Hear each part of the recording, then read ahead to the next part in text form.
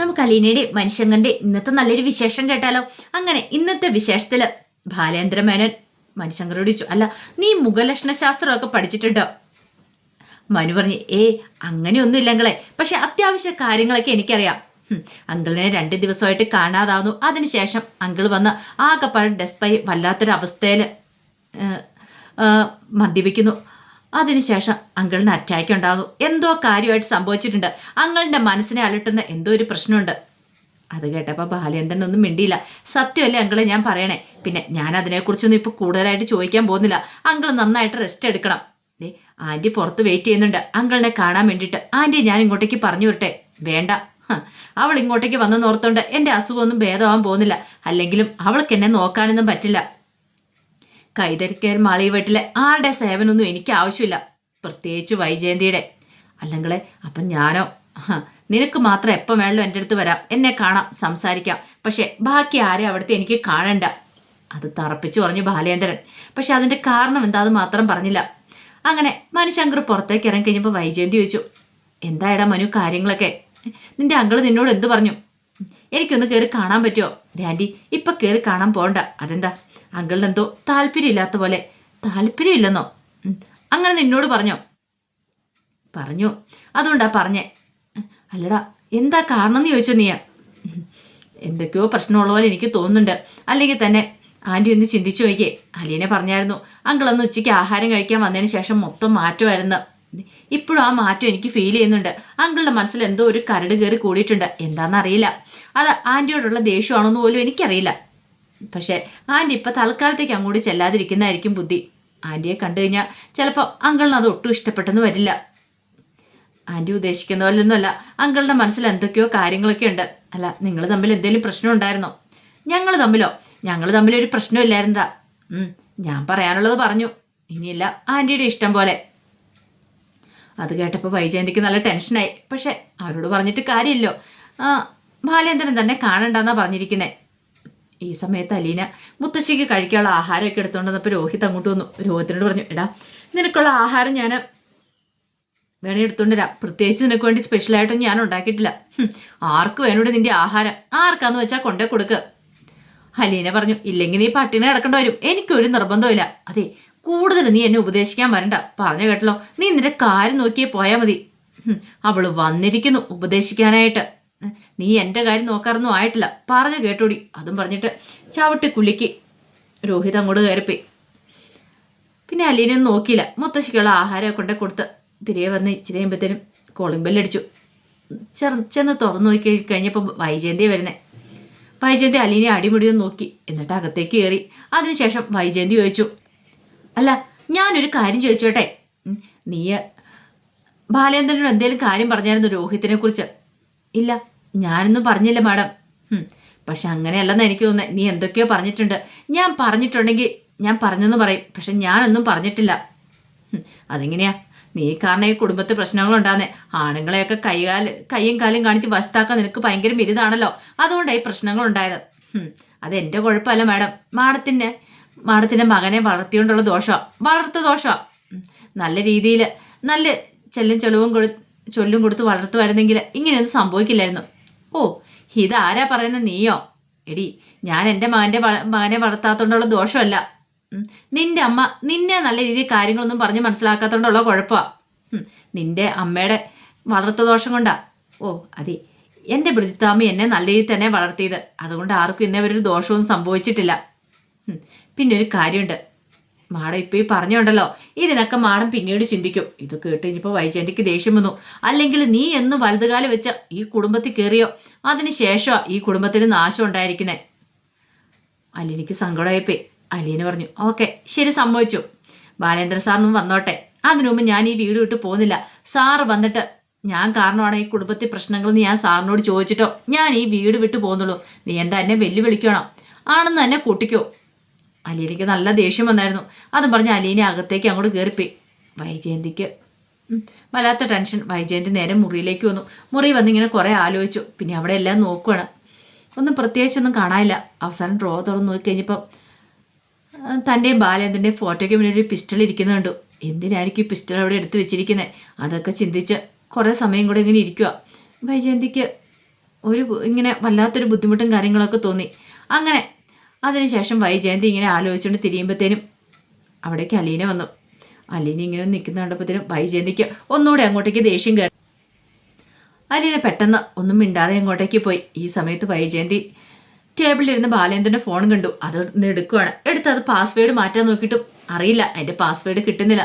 അവസാനം ആ ശ്രമവും ഉപേക്ഷിച്ച് വൈജയന്തി ഇങ്ങനെ ആലോചിച്ചുകൊണ്ടിരുന്നു. ഈ സമയത്ത് അലീന വലിയ വിഷമത്തോട് കൂടിയിട്ട് മുറിയിലേക്ക് ചെന്നു. അലീനയുടെ മുഖത്തെ വിഷമം കണ്ടപ്പോൾ മുത്തശ്ശി ചോദിച്ചു, എന്താ മോളെ, നിനക്കിത് എന്തു പറ്റി? നിന്റെ മുഖം എന്താ വല്ലായിരിക്കുന്നേ? വൈജി എന്തെങ്കിലും പറഞ്ഞോ? മുത്തശ്ശിക്ക് അറിയാലോ, ഞാൻ ഈ കുടുംബത്തിലേക്ക് വന്ന് കയറിയതിന് ശേഷമാണ് ഈ പ്രശ്നങ്ങളൊക്കെ ഉണ്ടായെന്ന്. എൻ്റെ മോളെ, അതൊന്നും നീ കാര്യമായിട്ട് എടുക്കണ്ട. അവളുടെ സ്വഭാവം അറിയാലോ, അവളിങ്ങനെ ഓരോന്നിങ്ങനെ പറഞ്ഞുകൊണ്ടിരിക്കും. നമ്മളത് കാര്യമായിട്ട് എടുക്കാൻ പോയാൽ അതിന് മാത്രം സമയം കാണുള്ളൂ. അല്ലെങ്കിലും അവളുടെ തലതിരിഞ്ഞ ഈ സ്വഭാവം എന്ന് മാറുന്നോ അന്ന് ഈ കുടുംബം നന്നാകുള്ളൂ. ഇപ്പോഴീ കുടുംബം ഒരു നരകമായിക്കൊണ്ടിരിക്കുക. അവൾ തൻ്റെ സ്വഭാവം നന്നാക്കാൻ ശ്രമിക്കുന്നുമില്ല. തൊട്ടതിനും പിടിച്ചതിനും ഒക്കെ അവളിങ്ങനെ ഓരോന്ന് പറഞ്ഞുകൊണ്ടിരിക്കും. ഇത് കേട്ടുകഴിഞ്ഞപ്പം അലീന പറഞ്ഞു, അതിനേക്കാളും കൂടുതൽ എന്നെ വിഷമിച്ച് എൻ്റെ ബ്രജിത്തോമ എന്നെ വളർത്തിയതുകൊണ്ടാണ് ഞാൻ ഇങ്ങനെയായി തീർന്നതെന്ന്. എന്നെ ഒരിക്കലും ഇങ്ങനെയല്ല വളർത്തിയത്. നല്ല രീതിയിൽ തന്നെ എൻ്റെ ബ്രജിത്തോമ എന്നെ വളർത്തിയത്. അത് ഞങ്ങൾക്ക് അറിയരുതോ മോളെ. നീ അവളെ ബോധ്യപ്പെടുത്താനൊന്നും പോകണ്ട. മുത്തശ്ശിക്കറിയാവോ, എനിക്ക് ഈ കുടുംബത്തിലേക്കാളും ഏറ്റവും കൂടുതൽ ഇഷ്ടം ആ ഓർഫനേജിലായിരുന്നു, സ്നേഹസദനത്തിൽ. അവിടെ ഇങ്ങനെയൊന്നും അല്ല. എല്ലാവരും തമ്മിൽ എന്ത് സ്നേഹമാണെന്നറിയാവോ, എന്തൊരു അടുപ്പമായിരുന്നു. പക്ഷെ ഈ കുടുംബത്തിൽ അങ്ങനെയൊന്നുമല്ല. അതോർക്കുമ്പോൾ എനിക്ക് വിഷമമുണ്ട് മുത്തശ്ശി. സാരമില്ല, മോള് വിഷമിക്കണ്ട, കിടന്നുറങ്ങിക്കോ എന്നൊക്കെ പറഞ്ഞു. ആ സമയം മനുശങ്കറിൻ്റെ ഫോണിലേക്ക് കമല വിളിച്ചു. എടാ, നിനക്ക് വീടും കൂടുമൊന്നുമില്ലേ? അന്തമ്മ അങ്ങനെ പ്രത്യേകിച്ചൊരു ചോദ്യം.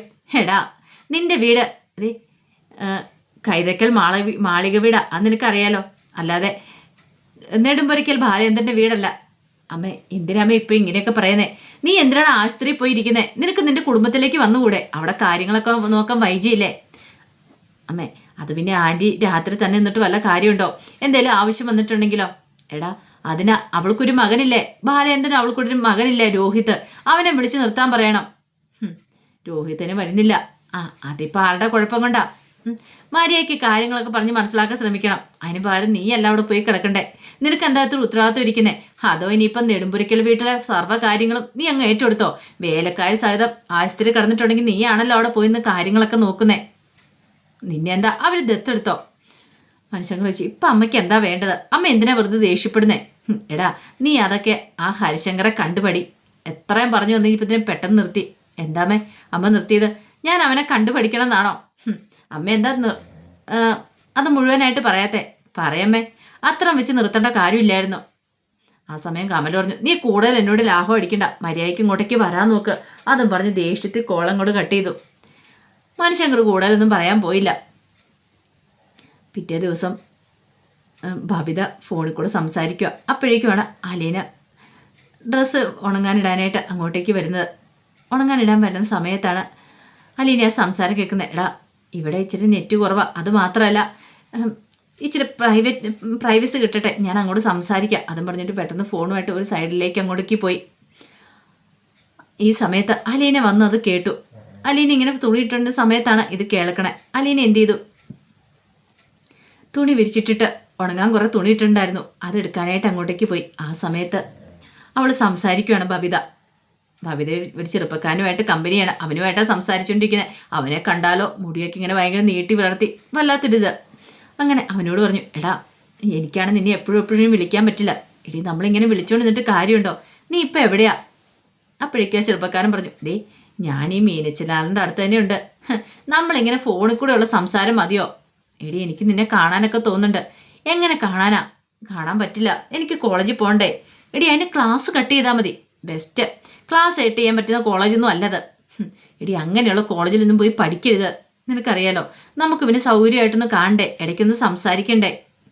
എടാ, അതിന് ഇഷ്ടം പോലെ സ്ഥലങ്ങൾ ഇവിടെയൊക്കെ ഉണ്ടല്ലോ, നമുക്ക് നോക്കാം. ഈ സമയത്ത് അവൻ പറഞ്ഞു, ദേ, എത്ര ദിവസമായി നിന്നെ ഒന്ന് കണ്ടിട്ട്. എനിക്ക് നിന്നെ കാണണം, അടുത്ത് കാണണം, സംസാരിക്കണം എന്നൊക്കെ ഉണ്ട്. ഇപ്പോഴാണെങ്കിലോ അതിന് പറ്റിയ സമയം. എടാ, എനിക്ക് ഇവിടുന്ന് വരാൻ പറ്റുന്ന സാഹചര്യമല്ല. പറ്റുമായിരുന്നു ഞാൻ വരില്ലായിരുന്നോ നിൻ്റെ അരിയിലേക്ക്? അവൻ പറഞ്ഞു, പിന്നെ വരുമായിരുന്നു പോലും. ഞാനാണെങ്കിൽ ഫോണിൽ കൂടെ വിളിച്ച് മടുത്തു.